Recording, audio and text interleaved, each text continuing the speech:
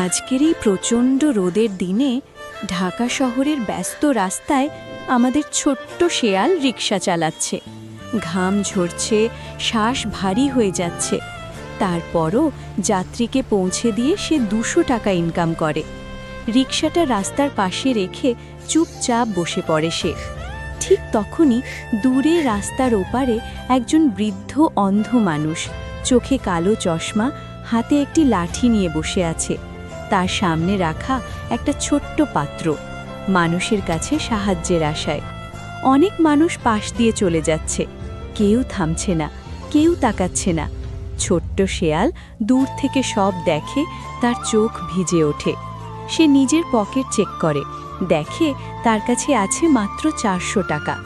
এক মুহূর্ত চিন্তা না করে সে রিকশা নিয়ে চলে যায় কাছের একটি দোকানে। সেখানে গিয়ে সে সব টাকা দিয়ে কিনে আনে অনেকগুলো পানির বোতল। তারপর আবার ফিরে আসে সেই অন্ধ মানুষের কাছে।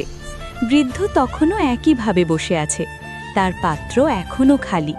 ছোট্ট শেয়াল রিকশা থেকে বোতলগুলো নামিয়ে বৃদ্ধের সামনে সাজিয়ে রাখে।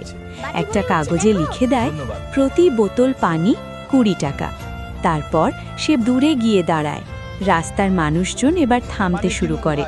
একজন, দুজন, তারপর অনেকেই।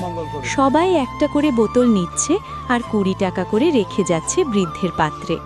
ধীরে ধীরে সব বোতল শেষ হয়ে যায়। বৃদ্ধ দুহাত তুলে আকাশের দিকে তাকিয়ে আল্লাহর কাছে শুকরিয়া আদায় করে। আর দূরে দাঁড়িয়ে ছোট্ট শেয়াল চোখের পানি মুছতে মুছতে হালকা হাসে।